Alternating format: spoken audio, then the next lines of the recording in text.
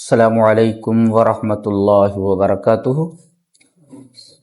ناظرین کرام، اس سے قبل ہم نے اعوذ باللہ من الشیطان الرجیم پر 1 گھنٹہ تک گفتگو کی تھی، اور اس کے بعد بسم اللہ الرحمن الرحیم پر 1 گھنٹہ گفتگو تھی، پھر الحمدللہ رب العالمین پر 6 گھنٹہ گفتگو رہی، اور پھر الرحمن الرحیم کی 3 اتواروں کو 3 گھنٹہ تفسیر پیش کی گئی۔ آج ہم مالک یوم الدین کی تفسیر کرنا چاہتے ہیں۔ اعوذ باللہ من الشیطان الرجیم، بسم اللہ الرحمن الرحیم۔ مالک یوم الدین۔ ناظرین کرام، بسم اللہ الرحمن الرحیم کے بعد ہمیں 3 آیتیں نظر آتی ہیں۔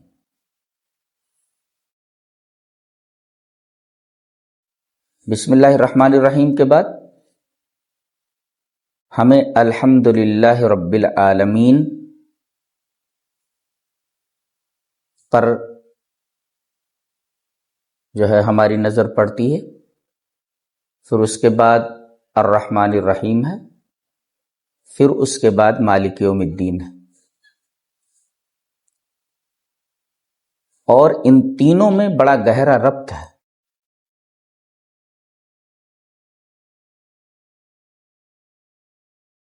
الحمدللہ رب العالمین میں اللہ تبارک و تعالی کی عالمگیر ربوبیت کا نظارہ سامنے آتا ہے کہ اللہ تمام عالموں کو پال رہا ہے، تمام عالم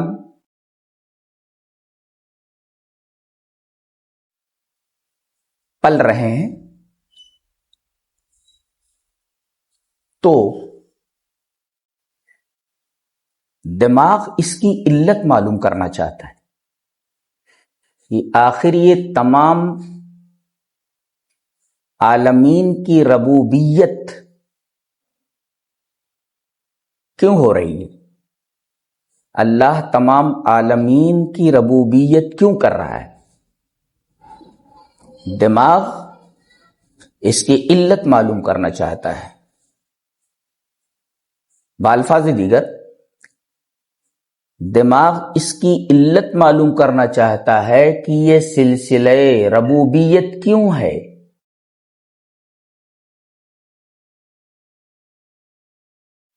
پورے عالمین کی، سارے عالمین کی ربوبیت کیوں ہو رہی ہے؟ تو اس کا جواب دیا گیا الرحمن الرحیم سے۔ یہ جو کائنات کی پرورش ہو رہی ہے، یہ اللہ تبارک و تعالی کے رحمت کے تقاضے سے ہے، ورنہ کوئی کسی کو پالتا ہے تو ایک وجہ تو یہ ہوتی ہے کہ سابقہ اس کی کوئی خدمت تھی، اس خدمت کی وجہ سے اس کی پرورش ہو رہی، اور یا وہ شخص پرورش کا مستحق تھا، اس وجہ سے اس کی پرورش ہو رہی،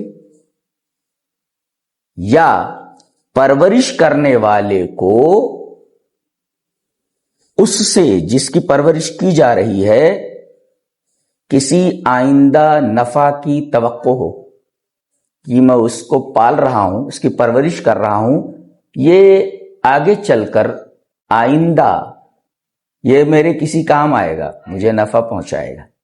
یہ 3 چیزیں ہو سکتی ہیں، کسی کی پرورش کی یہ 3 صورتیں ہو سکتی ہیں: سابقہ خدمت، یا وہ پرورش کا استحقاق رکھتا ہے یا پرورش کرنے والے کو پرعردہ سے کسی نفع اور کسی فائدے کی توقع ہو۔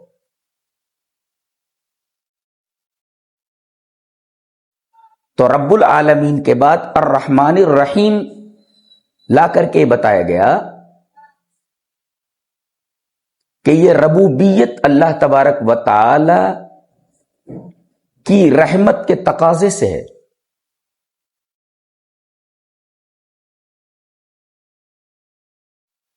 نہ کسی سابقہ خدمت کی وجہ سے ہے، نہ یہ کہ جن کی پرورش کی جا رہی ہے وہ اس کے مستحق ہیں، نہ اللہ تبارک و تعالی کو کسی سے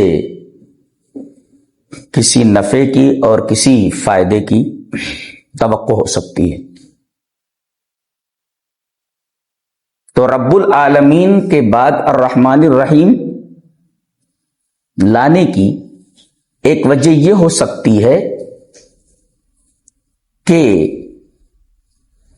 جواب دیا جائے کہ یہ سلسلے ربوبیت کیوں ہے؟ جواب اللہ تبارک و تعالیٰ کی رحمت کے تقاضے سے ہے، بس۔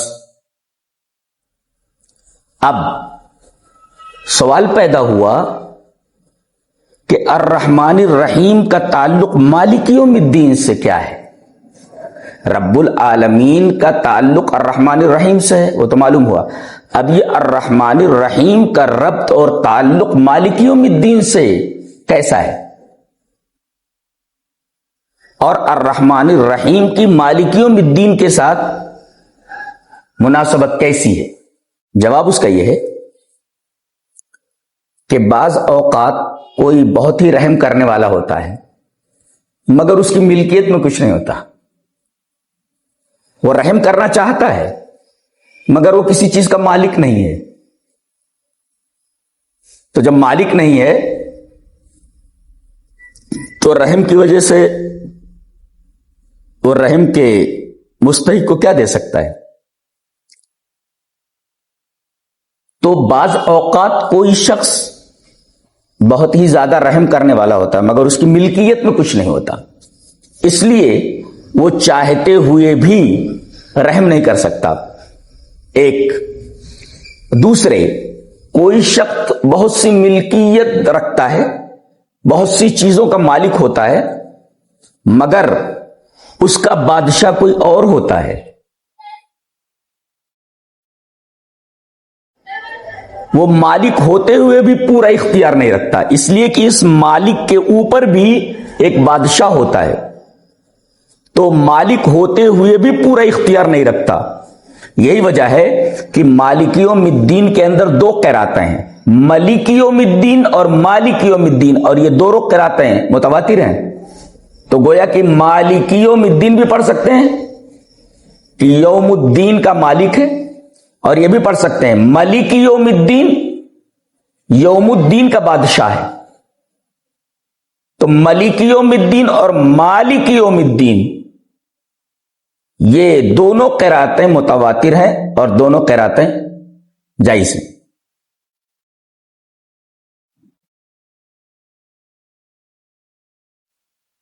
ایک سوال پیدا ہوا کہ یہاں کہا گیا کہ وہ جزا کے دن کا مالک ہے۔ سوال یہ ہے کہ کیا وہ جزا کے دن کے علاوہ جو ایام ہیں کیا ان کا مالک نہیں ہے؟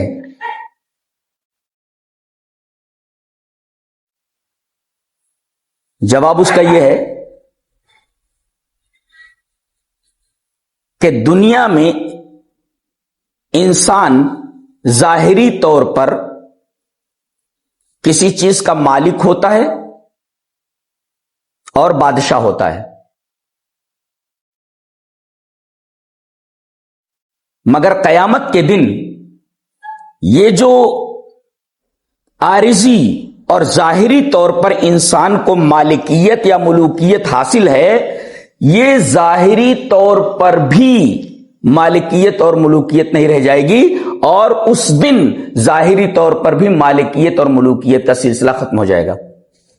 اس وجہ سے اللہ تبارک و تعالی نے ارشاد فرمایا، اور گویا کہ یہ آیت کریمہ مالک یوم الدین کی تفسیر ہے کہ یوم لا تملک نفس لنفس شیئا والامر یومئذ للہ، اس دن کوئی شخص کسی کے لیے کچھ بھی اختیار نہیں رکھے گا، اور اس دن حکم صرف اللہ کا ہوگا۔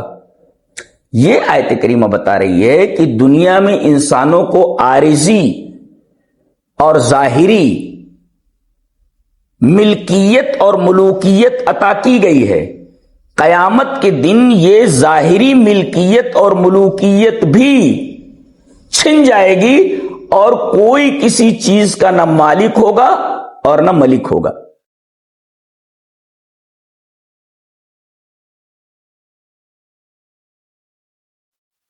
اب اس کے بعد ہم دیکھتے ہیں کہ یوم الدین ہے۔ یوم الدین، یہ دین سے کیا مراد ہے؟ تو اس کا جواب یہ ہے کہ دین کی مختلف تفسیریں کی گئی ہیں، اور یہ تمام کی تمام تفسیریں یہ اختلاف تنوع کی حیثیت رکھتی ہیں، ان میں اختلاف تضاد نہیں ہے۔ قال مجاہد والدین الحساب، یعنی یہاں جو یوم الدین میں دین جو کہا گیا ہے، دین کا لفظ ہے، اس کا مطلب ہے الحساب۔ تو ترجمہ کیا ہوا؟ حساب کے دن کا مالک ہے، حساب کے دن کا بادشاہ ہے۔ تو دین کا معنی کیا کیا ہے مجاہد نے؟ حساب۔ تو مطلب یہ ہوگا کہ وہ حساب کے دن کا مالک ہے۔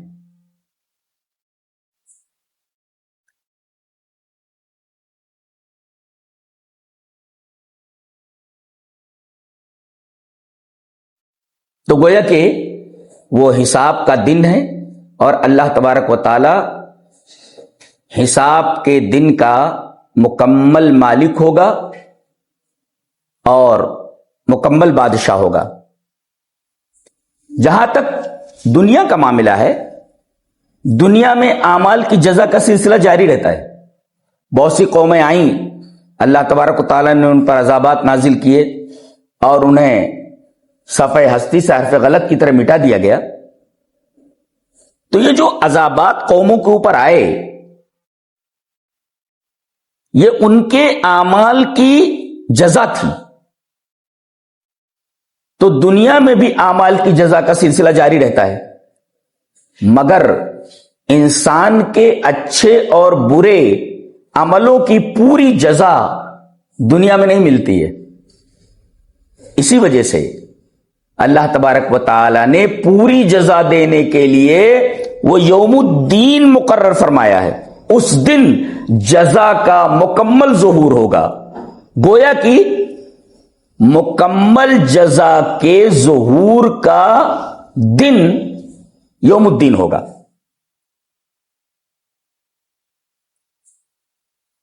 اس وجہ سے اللہ تبارک و تعالی نے ارشاد فرمایا، ھذا نزلہم یوم الدین، یہ حساب کا جو دن ہے، اس دن کو ان کی مہمانی ہوگی، کسی کے اچھی مہمانی اور کسی کی بری مہمانی۔ نزل اچھی مہمانی اور بری مہمانی دونوں کے لیے استعمال کی جاتی ہے۔ اور اللہ نے یہ بھی ارشاد فرمایا کہ وَإِنَّمَا تُوَفَّوْنَ أُجُورَكُمْ يَوْمَ الْقِيَامَةِ، قیامت کے دن تمہیں پورا پورا اجر دیا جائے گا۔ یہ جو وفا یوفی توفیہ ہے، پورا پورا اجر دیا جانا، یہ اس بات کی دلیل ہے کہ دنیا میں عملوں کی جزوی جزا و سزا دی جاتی ہے، قیامت کے دن اچھے اور برے عملوں کی کلی سزا اور جزا دی جائے گی۔ اس وجہ سے اللہ تبارک و تعالی نے یوم الدین مقرر فرمایا ہے، تاکہ دنیا میں اچھے برے اعمال کرنے والے لوگوں کے اچھے برے عملوں کا پورا پورا بدلہ دیا جائے، بروں کو ان کی برائیوں کا پورا پورا بدلہ اور اچھوں کو ان کی اچھائیوں کا پورا پورا بدلہ، جیسا کہ اس آیت کریمہ سے ظاہر ہے کہ وَإِنَّمَا تُوَفَّوْنَ أُجُورَكُمْ يَوْمَ الْقِيَامَةِ۔ اس آیت کریمہ سے دو باتیں معلوم ہوئی کہ دنیا میں انسانوں کو سزا جو دی جاتی ہے ان کے عملوں کی وجہ سے، برے عملوں کی وجہ سے، یہ در حقیقت ان کے عملوں کی جزوی یہ سزا ہوتی ہے، قیامت کے دن ان کے عملوں کی کلی سزا دی جائے گی۔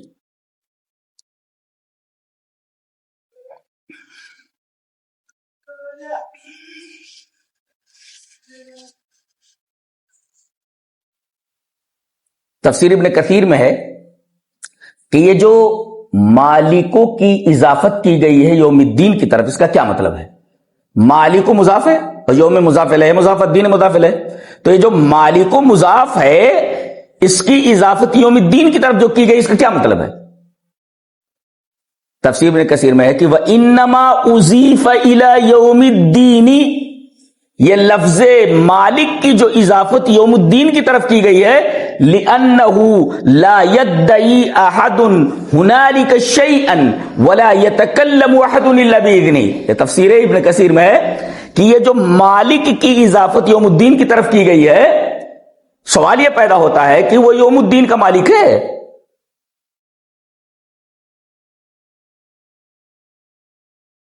دنیا میں اس کی ملکیت نہیں ہے؟ تو اس کا جواب یہی دیا گیا ہے کہ یہ جو مالک کی اضافت یوم الدین کی طرف کی گئی ہے، اس دن کیا ہوگا؟ لِأَنَّهُ لَا يَدَّعِي أَحَدٌ هُنَالِكَ شَيْئًا، قیامت کے دن کوئی آدمی کسی چیز کا دعویٰ نہیں کرے گا۔ آج آدمی کہتا ہے یہ میرا باغ ہے، یہ میرا گھر ہے، یہ میرا بیٹا ہے، یہ میری بیٹی ہے، یہ میری دکان ہے۔ آدمی اپنی ملکیت ظاہریہ کا اظہار کرتا ہے اور اس کا دعویٰ کرتا ہے، تو مالکوں کو یوم الدین کی طرف مضاف کر کے یہ بتایا گیا ہے کہ قیامت کے دن آدمی کوئی کسی چیز کا بھی دعویٰ نہیں کر سکے گا۔ دنیا میں اختیار دیا گیا ہے کہ وہ دعویٰ کر سکے کہ یہ میری چیز ہے، یہ چیز میری ہے، یہ چیز میری، یہ چیز میری ہے، لیکن قیامت کے دن کوئی کسی چیز کا دعویٰ نہیں کر سکے گا، اور دعویٰ کرنا تو دور کی بات ہے۔ وَلَا يَتَكَلَّمُ أَحَدٌ إِلَّا بِإِذْنِهِ، اللہ تبارک و تعالیٰ کے اذن کے بغیر، اس کی اجازت کے بغیر کسی کو بولنے کی اجازت نہیں ہوگی۔ تو ایک ہے کسی چیز کا دعویٰ کرنا کہ یہ چیز میری ہے، تو دعویٰ کرنا تو دور کی بات ہے، کسی کو اجازت نہیں ہوگی کہ اللہ تبارک و تعالیٰ کی اجازت کے بغیر لب کھول سکے۔ فرشتے در صف در صف کھڑے ہوں گے، کسی کو بولنے کی اجازت نہیں ہوگی۔ یوم یقوم الروح والملائکۃ صفا لا يتکلمون الا من اذن له الرحمن وقال صوابا، اس دن حضرت جبرائیل اور تمام فرشتے صف در صف کھڑے ہوں گے، کسی کو بولنے کی اجازت نہیں ہوگی مگر رحمان جس کو بولنے کی اجازت دے وہی بولے گا۔ تو دعویٰ تو دور کی بات ہے، وہاں کوئی آدمی اللہ کی اجازت کے بغیر بات بھی نہیں کر سکے گا، لب نہیں کھول سکے گا۔ یہاں تو اپنی ظاہری ملکیت کا دعویٰ کر سکتا ہے، لیکن قیامت کے دن کسی چیز کی ملکیت کا دعویٰ وہ نہیں کر سکتا کہ میں اس کا مالک ہوں، میں اس کا مالک ہوں۔ تفسیر ابن کثیر میں حضرت عمر رضی اللہ تعالیٰ عنہ کا ایک قول نقل کیا گیا ہے، قال عمر رضی اللہ تعالیٰ عنہ حاسبوا انفسکم قبل ان تحاسبوا، تم لوگ دنیا میں اپنے آپ کا محاسبہ کر لو اس سے پہلے کہ قیامت کے دن تمہارا محاسبہ کیا جائے۔ اور ایک عقل مند تاجر وہ ہوتا ہے جو دن بھر اپنی دکان میں بیٹھ کر کے، اپنی آفس میں بیٹھ کر کے سامان کو فروخت کرتا ہے، اور جب آفس بند کرنے کا ٹائم آتا ہے، دکان بند کرنے کا ٹائم آتا ہے، تو دن بھر کی خرید و فروخت اور اس کے نفع و نقصان کا حساب لگاتا ہے۔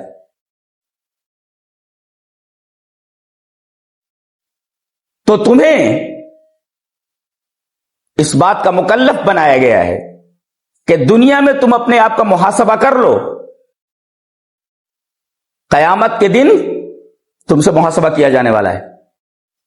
تو حاسبوا انفسکم قبل ان تحاسبوا، اپنے آپ کا محاسبہ کر لو اس سے پہلے کہ تمہارا محاسبہ کیا جائے۔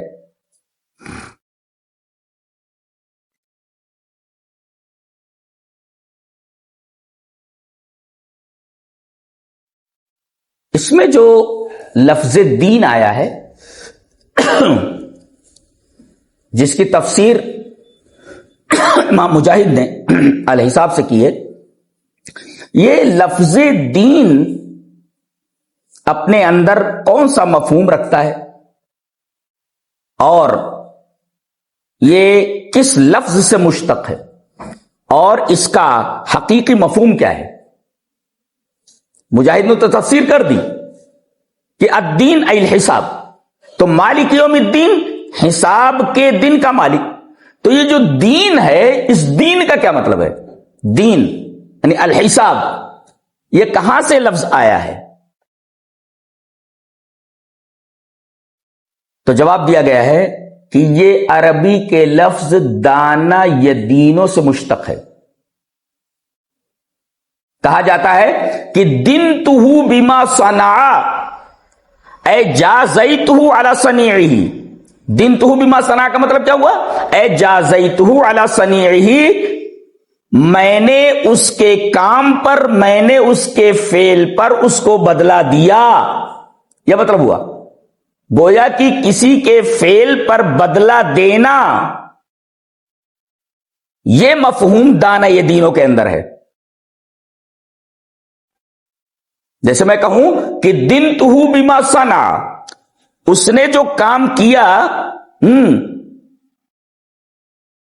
میں نے اس کو اس کے کام کے اوپر بدلہ دیا، اس کے کام پر بدلہ دیا۔ اے جازیتہ علی صنیعہ، اس کے کام پر میں نے بدلہ دیا۔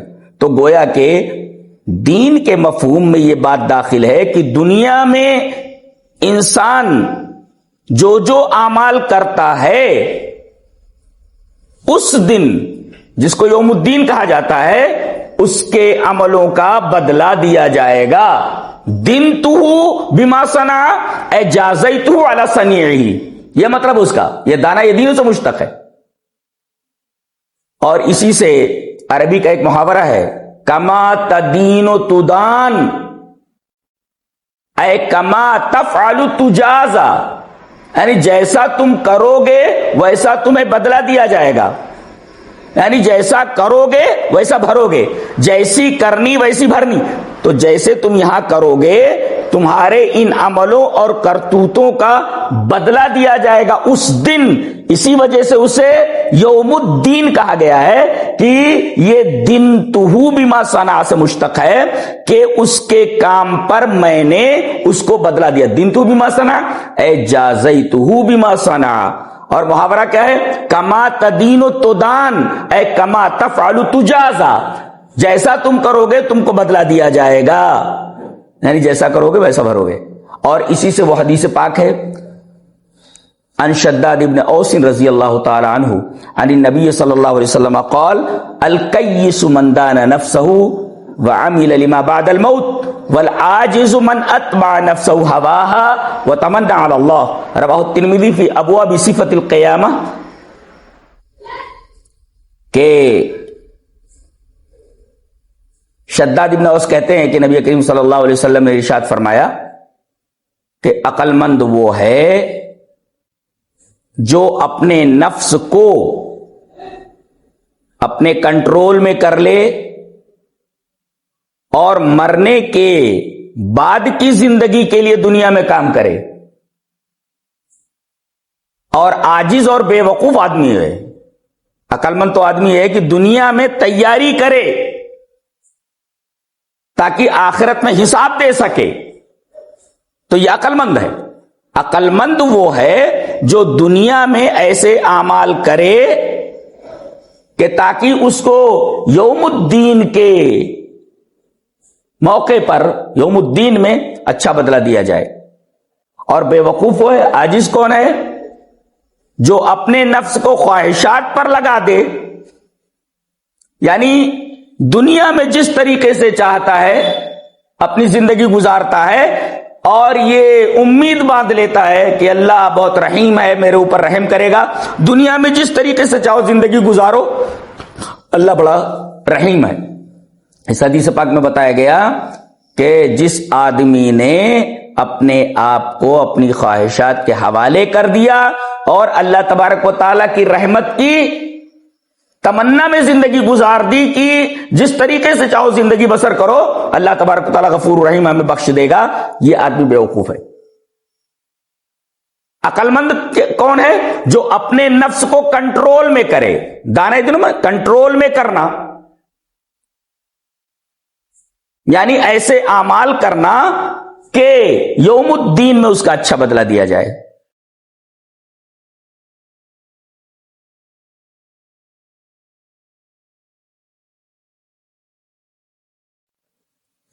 تو یہ دین کا جو لفظ ہے یہ کس سے مشتق ہے؟ دانے دینوں سے، یہ معلوم ہوا.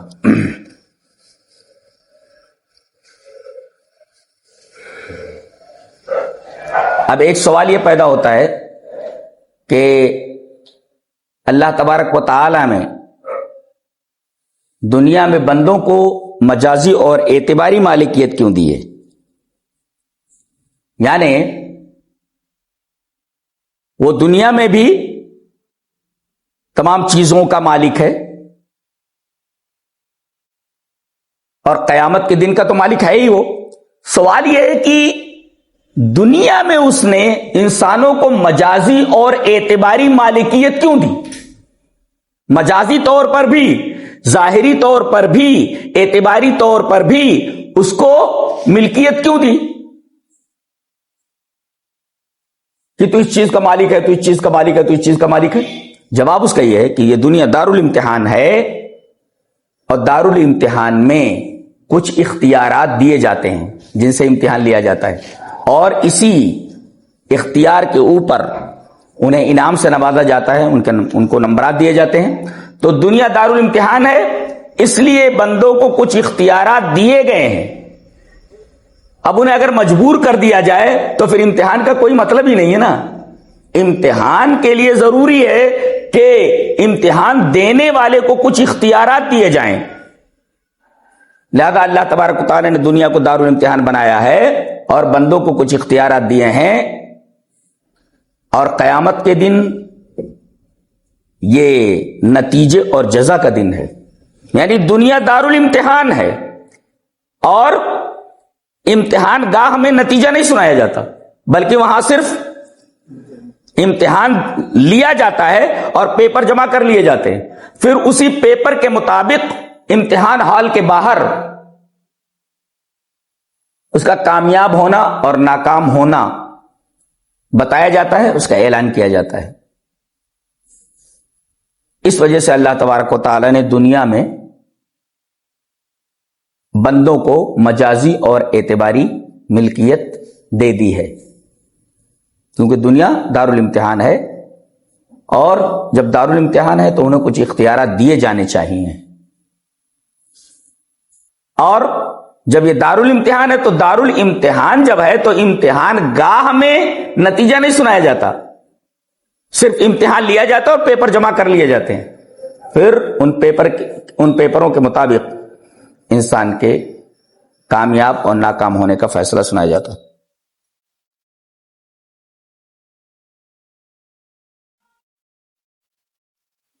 یہ اس سوال کا جواب تھا کہ انسان کو دنیا میں بھی اعتباری اور ظاہری اور مجازی مالکیت کیوں دی گئی.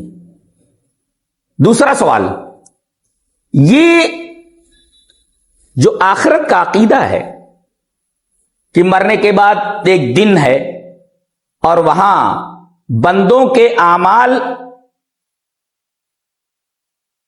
کا بدلہ دیا جائے گا، آخر اس عقیدے کا فائدہ کیا ہے؟ یہ جو آخرت پر ایمان لانا ضروری قرار دیا گیا ہے اور عقیدے آخرت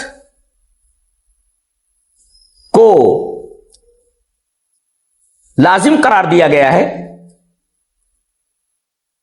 اس عقیدے سے دنیاوی زندگی کی کیا قدر و قیمت ہوتی ہے. آدمی اگر یہ اعتقاد رکھے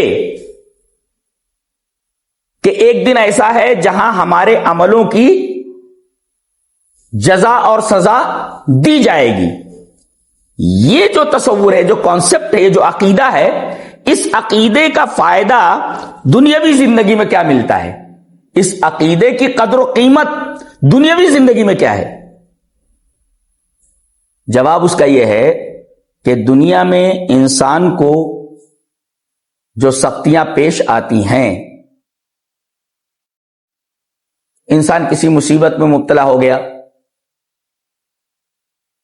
کوئی پریشانی اسے لاحق ہو گئی، تو اگر وہ آخرت کا عقیدہ رکھتا ہے تو اس پر آنے والی سختیوں، تکالیف اور مصیبتوں کی توجیہ میسر ہو جاتی ہے، اور اس کی زندگی صبر و استقامت سے گزرتی ہے. وہ یہ دیکھتا ہے کہ دنیا میں جس طرف دیکھو ناانصافیاں ہی نظر آتی ہیں. طاقتور کمزور کو دبا رہا ہے، کمزور آدمی کو طاقتور دبا رہا ہے، ہر طرف ظلم جور کا بازار گرم ہے، بچوں کو قتل کر دیا جاتا ہے، بوڑھوں کو نہیں بخشا جاتا. یہ تمام چیزیں بندہ اپنی آنکھوں سے دیکھتا ہے. اگر اس کا عقیدہ آخرت پر ہے کہ ایک دن ہے یوم الدین، تو ان ناانصافیوں کو دیکھ کر وہ مایوس نہیں ہوتا، بلکہ وہ یہ سمجھ لیتا ہے کہ یہ جو کچھ ناانصافیاں ہو رہی ہیں، یہ سارے کے سارے ناانصافی کرنے والے یہ سب اللہ کی عدالت میں حاضر ہونے والے ہیں، اور وہاں ناانصافی کرنے والوں کو سزا دی جائے گی، اور جن کے ساتھ ناانصافی کی گئی ہے ان کے ساتھ اللہ تبارک و تعالی رحم کا برتاؤ کرنے والا ہے اور ان کو بہترین جزا دینے والا ہے. تو دنیا کے اندر ناانصافیاں دیکھ کر کے آدمی مایوس نہیں ہوتا، بلکہ ان ناانصافیوں کی توجیہ اسے حاصل ہو جاتی ہے کہ ایسا کیوں ہو رہا ہے. تو عقیدہ آخرت کا یہ فائدہ ہمیں ملتا ہے کہ ہمیں دنیاوی زندگی کی قدر و قیمت ملتی ہے. اور اگر آدمی آخرت کا عقیدہ رکھتا ہے تو دنیا میں اپنے آپ کا احتساب کرتا ہے. گویا عقیدہ آخرت انسان کو خود احتسابی پر آمادہ کرتا ہے کہ آدمی اپنا حساب کرے کہ کون سی چیز وہ غلط کر رہا ہے، کون سی چیز اچھی کر رہا ہے، کتنی اس نے نیکیاں کی ہیں، کتنی بھلائیاں کی ہیں، کتنی برائیاں کی ہیں. تو گویا کہ عقیدہ آخرت آدمی کو خود احتسابی پر آمادہ کرتا ہے. وہ جانتا ہے کہ یوم الدین ایسا دن ہوگا کہ یظہر احسان المحسن واساءۃ المسیء وان زمام الحکم فی ذلک اليوم للہ الواحد القہار. وہ جانتا ہے کہ ایک دن ایسا آنے والا ہے کہ نیکوں کی نیکی کا اور برائی کرنے والوں کی برائی ظاہر ہو جائے گی، اور اس دن پورا حکم اور اقتدار کی باغ و دور صرف اللہ تبارک و تعالیٰ کے ہاتھ میں ہوگی.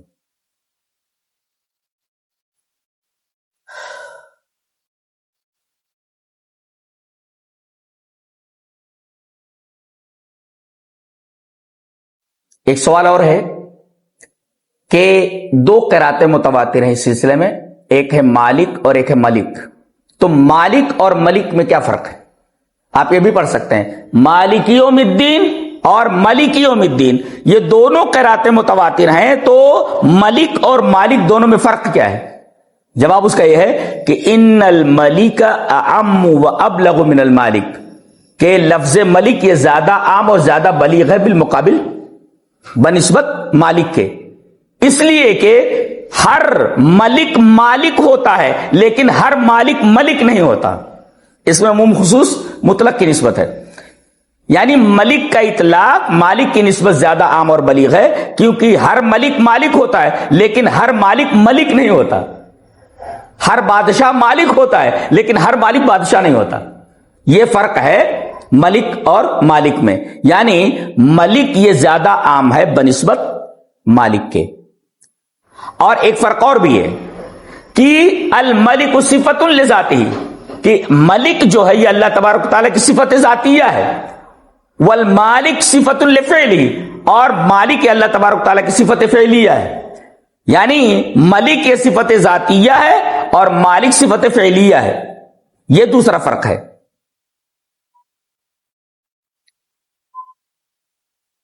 اچھا، ملک کہتے کس کو ہم؟ اب کہتے ہیں اللہ تبارک و تعالیٰ مالک ہے، یا دنیا میں آدمی کو جو ظاہری ملکیت دی گئی ہے، تو یہ ملک کا مطلب کیا ہوتا ہے؟ دین کا مطلب تو سمجھ میں آیا کہ دین تو بما صنع سے مشتق ہے، دین تو بما صنع سے آیا ہے کہ اے جازیتہ بما صنع، یا جازیتہ علی صنیعہ، کہ اس نے جو کیا ہے اس کے کام پر میں نے بدلہ دیا. یہ دین کا لفظ دین تو سے آیا، دانا یہ دینوں سے آیا، یہ سمجھ میں آیا. لیکن یہ مالک یہ کہاں سے آیا ہے؟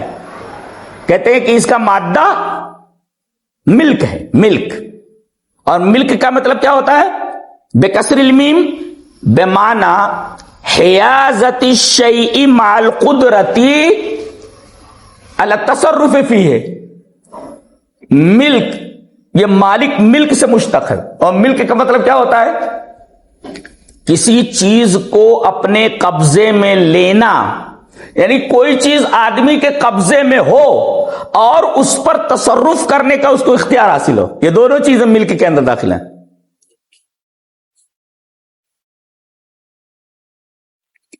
ملک کسے کہتے ہیں؟ کہ کوئی چیز انسان کے قبضے میں ہو. مثلا کوئی چیز میرے قبضے میں ہے، قبضے میں ہے، اور میں اس چیز پر تصرف کا حق رکھتا ہوں اور تصرف کی قدرت رکھتا ہوں. بہت ساری چیزیں ایسی ہوتی ہیں کہ انسان کے قبضے میں ہوتی ہیں مگر ان چیزوں پر تصرف کرنے کی قدرت نہیں رکھتا ہو. تو ملک کے اندر دو چیزیں ہیں، ایک تو وہ چیز اس کے قبضے میں ہو، اور دوسرے وہ چیز جو اس کے قبضے میں ہے اس چیز پر تصرف کرنے کی مکمل قدرت رکھتا ہو. تو گویا کہ مالک کے اندر دو چیزیں ہیں، وہ تمام چیزوں کا مالک ہے، تمام چیزیں اس کے قبضے میں ہیں، اور وہ ہر چیز پر تصرف کرنے پر قادر ہے اور تمام چیزوں پر تصرف کرنے کا حق رکھتا ہے. یہیں سے ایک نقطہ ملا کہ اگر کوئی آدمی سوال کرتا ہے کہ دنیا میں ایسا کیوں ہے، دنیا میں ایسا کیوں ہے، دنیا میں ایسا کیوں ہے، تو جواب اس کا یہ ہے کہ لا یسأل عما یفعل وهم یسألون. اللہ تبارک تعالیٰ سے سوال نہیں کیا جائے گا، بلکہ مخلوق سے سوال کیا جائے گا، خالق سے سوال نہیں کیا جائے گا. اس لیے کہ بہت ساری چیزیں ایسی ہیں جن کی حکمتوں سے ہم واقف نہیں ہیں، جن کی علتوں سے ہم واقف نہیں ہیں. کہتے ہیں فلاں جگہ بچے مارے جا رہے ہیں، فلاں جگہ سیلاب آیا، وہاں جانور تک بہ گئے، جانور تک مر گئے، تو کیا اللہ رحیم نہیں ہے؟ ہم یہ اعتراض نہیں کر سکتے، اس لیے کہ مالک کو اپنی ملکیت میں جو اس کے قبضے میں ہے ان چیزوں پر تصرف کرنے کا مکمل اختیار رکھتا ہے، وہ جو چاہے ان کے ساتھ کرے. یہ مطلب ہے مالک کا. تو جب ہم مانتے ہیں کہ وہ مالک ہے تو مالک کا مطلب یہ ہوا کہ وہ چیز اس کے قبضے میں ہے اور اس چیز کے اوپر وہ تصرف کرنے کا اختیار رکھتا ہے. تو مالک اپنی ملکیت میں، یہ گلاس میرے قبضے میں ہے، اب میں چاہوں اس کو رکھوں چاہے توڑ دوں. آپ بولنے والے کون ہوتے ہیں؟ بھائی چیز میری ہے، میں پھینک دوں یا اس سے استفادہ کروں، آپ کون ہوتے ہیں سوال کرنے والے؟ یہ نقطہ ملا کہ کوئی چیز دنیا میں اگر نظر آ رہی ہے جس کو آپ کی عقل نہیں مانتی تو آپ لفظ مالک پر غور کریں کہ مالک کا مطلب ہے یہ ملک سے مشتق ہے، اور ملک کا مطلب ہے کسی چیز کو اپنے قبضے میں لینا. کوئی چیز اس کے قبضے میں ہو، ایک قبضے میں آ گئی، اور اس قبضے میں مقبوض شیء مقبوض، جو چیز قبضے میں لی گئی ہے اس شیء مقبوض کے اوپر تصرف کا مکمل حق بھی رکھتا ہو اور تصرف کرنے کی قدرت بھی رکھتا ہو. لہذا لفظ مالک سے اگر صحیح تصور مالک کا ہو جائے کہ اللہ مالک ہے تو بہت سارے سوالات کے جوابات حل ہو جاتے، ہمیں مل جاتے ہیں.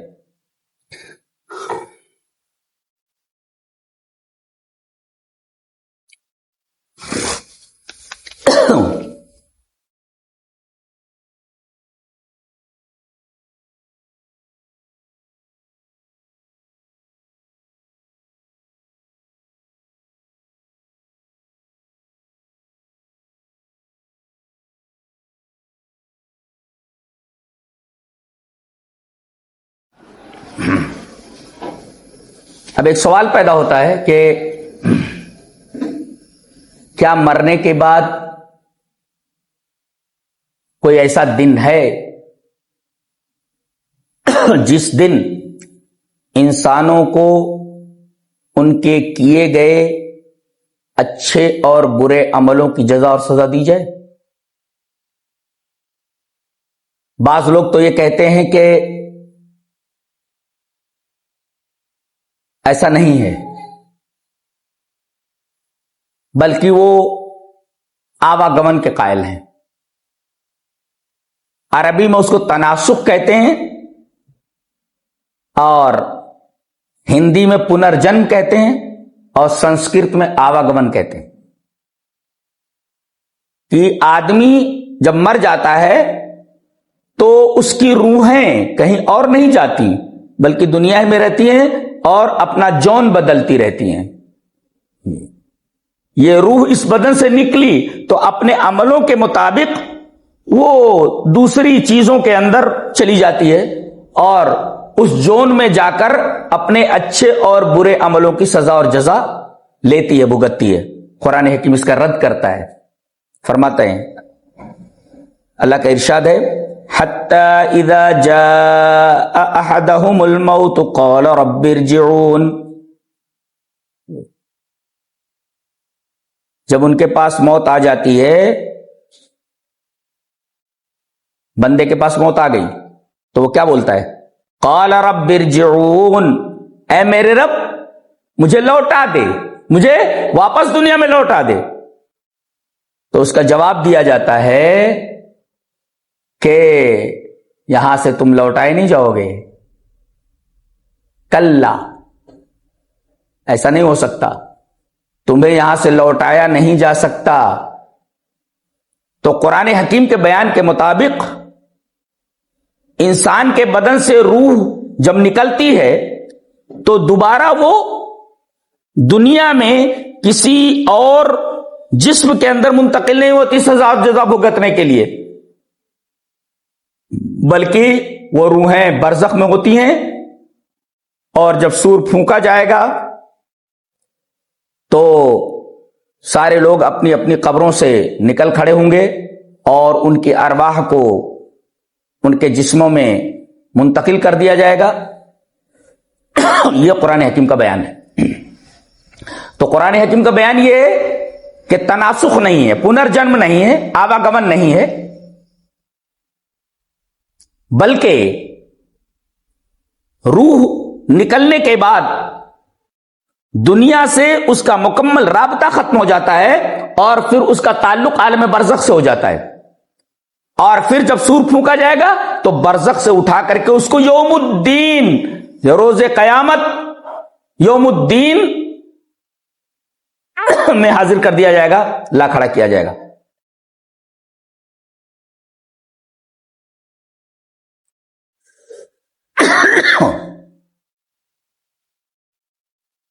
اب ایک سوال عقیدہ تناسخ کے اوپر یہ ہوتا ہے کہ اللہ نے جب روح اور مادے کو مرکب کر کے مخلوق بنائی، یعنی یہ جسم ہے اور جسم کے اندر اللہ تبارک و تعالیٰ نے روح ڈالی، جیسا کہ حدیث مسلم میں ہے کہ اللہ تبارک و تعالیٰ نے جنت میں پہلے حضرت آدم علیہ السلام کا ڈھانچہ بنایا،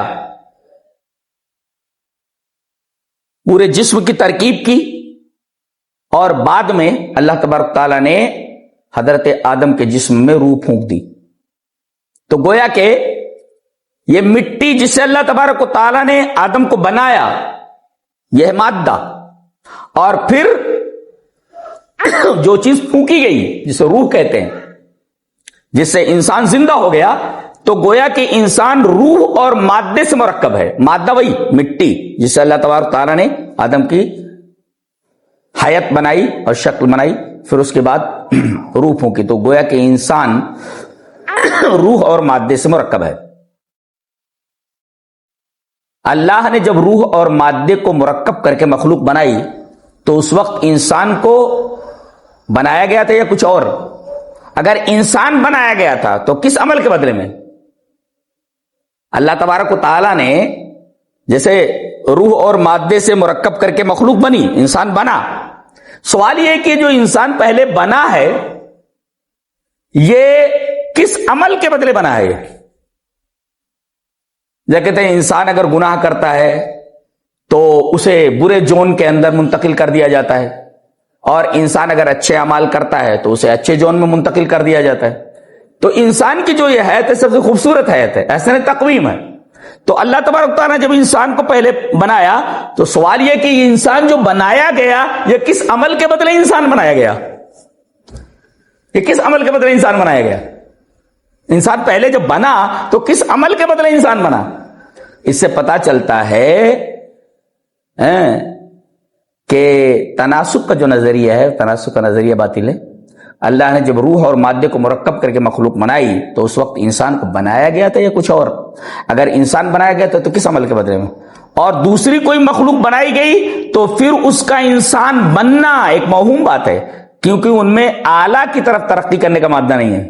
جی اب جیسے کوئی آدمی گناہ کرے اور اس کو چوہے یا کچھوے کے زون میں ڈال دیا جائے تو انسان سے وہ کچھوا بن گیا یا چوہا بن گیا، تو اب وہ کیا عمل کرے گا؟ ادنا میں چلے، اعلیٰ سے ادنا کی طرف منتقل ہوا تو ادنا میں جانے کے بعد وہ ترقی کر کے پھر اعلیٰ کی طرف کیسے آئے گا؟ اس پر کوئی دلیل موجود نہیں ہے. اور تناسب کی روح سے یہ بہت سارے اشکالات لازم آتے ہیں. پہلا سوال تو یہ ہوتا ہے کہ اگر انسان کسی عورت سے شادی کر رہا ہے تو اس میں امکان ہے کہ ہو سکتا ہے کہ یہ پہلے جنم میں جو ہے یہ اس کی بہن رہی ہو، پہلے جنم اس کی ماں رہی ہو. یہ سوال پیدا ہو سکتا ہے، اس لیے کہ جون منتقل ہوتے رہتے، بدلتے رہتے ہیں. تو اس میں اشکال یہ پیدا ہوتا ہے کہ جس عورت سے وہ شادی کر رہا ہے ہو سکتا ہے کہ پچھلے جون کے اندر اس کی بہن رہی ہو. تو ان تمام اشکالات کو سامنے رکھتے ہوئے علماء نے کہا ہے کہ تناسب کا جو عقیدہ ہے، آواگمن کا جو عقیدہ ہے اور پنرجنم کا جو عقیدہ ہے بالکل اللاجیکل ہے. اس پر کوئی منطقی دلیل موجود نہیں ہے، اس کا کوئی ایسا بیس موجود نہیں ہے جو مضبوط بیس ہو. لہذا اللہ تبارک و تعالیٰ نے انسانوں کے لیے دنیا میں کیے گئے ان کے عملوں کی جزا اور سزا کے لیے ایک دن مقرر کر رکھا ہے، اور اسی دن کا نام یوم الدین ہے، اور اس یوم الدین کا وہ مکمل مالک ہوگا. اور یہ دن اس نے اس وجہ سے قائم کیا ہے تاکہ وہاں انسانوں کو دنیا میں ان کے کیے گئے تمام عملوں کا پورا بدلہ دیا جائے. اس لیے کہ دنیا میں کسی بھی شخص کو اس کے عمل کا پورا بدلہ نہیں جا سکتا. لہذا فطرت یہ کہتی ہے اور آدمی کی عقل بھی یہ کہتی ہے کوئی ایسا عالم ہونا چاہیے کہ جہاں انسانوں کے عملوں کا پورا بدلہ دیا جائے اور اس کے ساتھ کوئی بھی زیادتی اور کوئی بھی ظلم نہ کیا جائے. اسی وجہ سے اللہ تبارک و تعالیٰ جب قیامت کا تذکرہ فرماتا ہے تو کہیں یہ تذکرہ فرماتا ہے فَمَن يَعْمَلْ مِثْقَالَ ذَرَّةٍ خَيْرًا يَرَهُ وَمَن يَعْمَلْ مِثْقَالَ ذَرَّةٍ شَرًّا يَرَهُ. اگر کوئی آدمی ذرہ برابر بھی نیکی کیا ہوگا وہ بھی دیکھ لے گا، اور ذرہ برابر برائی کیا ہوگا تو وہ بھی دیکھ لے گا. اس کا مطلب ہے کہ دنیا میں ایسا کبھی بھی نہیں ہوتا کہ انسان کے عملوں کا بدلہ دیا جاتے وقت ذرے کا بھی خیال رکھا جائے کہ اس کے ساتھ ذرہ برابر ظلم نہ ہو اور ذرہ برابر اس کے ساتھ کوئی ناانصافی نہ ہو اور اس کو ذرہ برابر خیر سے محروم نہ ہونے دیا جائے.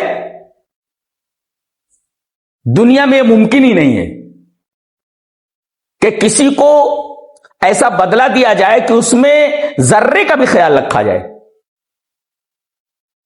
کہ اس کے ساتھ ذرہ برابر ناانصافی نہ ہو. لہذا عقل یہ کہتی ہے کہ جب یہاں اس بات کا اہتمام نہیں ہو سکتا کہ آدمی ذرہ برابر خیر کا بدلہ دے، ذرہ برابر کی گئی برائی کا بدلہ دے، ایسا ممکن ہی نہیں ہے. بڑی بڑی برائیوں کا آدمی بدلہ نہیں دے پاتا ہے. ذرہ برابر برائی کا بدلہ دیا جانا اور ذرہ برابر خیر کا بدلہ دیا جانا یہ دنیا میں ممکن ہی نہیں ہے. لہذا ایک دن ہونا چاہیے، فطرت مانتی ہے اور عقل مانتی ہے کہ وہاں ذرہ برابر کی گئی برائی کا پورا بدلہ دیا جائے اور ذرہ برابر کی گئی بھلائی کا پورا بدلہ دیا جائے. اسی وجہ سے کہا گیا فَمَن يَعْمَلْ مِثْقَالَ ذَرَّةٍ خَيْرًا يَرَهُ وَمَن يَعْمَلْ مِثْقَالَ ذَرَّةٍ شَرًّا يَرَهُ. ایک مفسر نے الرحمن الرحیم اور مالک یوم الدین ان دونوں کے درمیان ایک شاندار ربط بیان فرمایا ہے. ربط یہ ہے کہ اللہ تبارک و تعالی کے پاس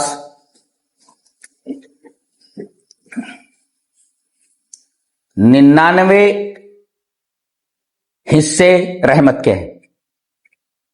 یہ بہت ہی عجیب ربط بتایا ہے. یہ ربط ذہن میں رکھیں. پہلے وہ حدیث دیکھ لیتے ہیں. ان سلمان الفارسی رضی اللہ تعالیٰ عنہ قال قال رسول اللہ صلی اللہ علیہ وسلم ان للہ مئۃ رحمت فمنها رحمت بها يتراحم الخلق بینہم وتسعۃ وتسعون لیوم القیامہ. رواہ مسلم فی کتاب التوبہ.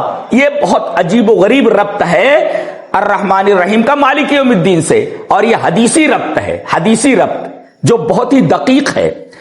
تو سلمان فارسی رضی اللہ تعالیٰ عنہ سے مروی اس روایت کا ترجمہ ذہن میں رکھیں کہ رسول اللہ صلی اللہ علیہ وسلم نے ارشاد فرمایا کہ اللہ کے پاس 100 رحمتیں ہیں. اللہ کی 100 رحمتیں. ان للہ مئۃ رحمت، 100 رحمتیں ہیں. اور اس نے ایک رحمت دنیا میں تمام مخلوقات کو دے دی ہے اور اس ایک رحمت کے یعنی رحمت کے اس ایک حصے سے مخلوقات آپس میں ایک دوسرے کے ساتھ رحم کا برتاؤ کرتی ہے. بقیہ 99 اللہ نے رحم کے جو 100 حصے کیے اور ایک حصہ مخلوقات کو دے دیا. دنیا میں وہ ایک دوسرے کے اوپر اسی ایک حصے رحم کے اس ایک حصے سے رحم کرتے ہیں ایک دوسرے کے اوپر. یہ 99 حصہ کہاں ہے؟ یہ اللہ تبارک و تعالیٰ نے یہ 99 حصے کہاں ہے؟ ایک تو دے دیا دنیا کے اندر تمام مخلوقات کو، یہ 99 حصے کہاں ہیں؟ حدیث میں ہے کہ وَتِسْعَةُ وَتِسْعُونَ لِيَوْمِ الْقِيَامَةِ. یہ 99 جو حصے ہیں اللہ تبارک و تعالیٰ نے اپنے پاس رکھے ہیں قیامت کے دن کے لیے. یہ دیکھیے ظاہر ہے کہ الرحمن الرحیم کا جو ربط ہے مالک یوم الدین سے وہ بڑا گہرا ہے کہ رحمت کے 100 حصے کرنے کے بعد اللہ نے ایک حصہ دنیا میں مخلوقات کو دے دیا ہے. یہ 99 حصے اس کے پاس ہیں. یہ 99 حصے جو اس نے اپنے پاس رکھے کس لیے رکھے ہیں؟ لیوم القیامہ، قیامت کے دن کے لیے رکھے ہیں. یہ ربط ہے الرحمن الرحیم کا مالک یوم الدین سے. بہت گہرا ربط ہے اور بہت زبردست اور دقیق حدیثی ربط ہے.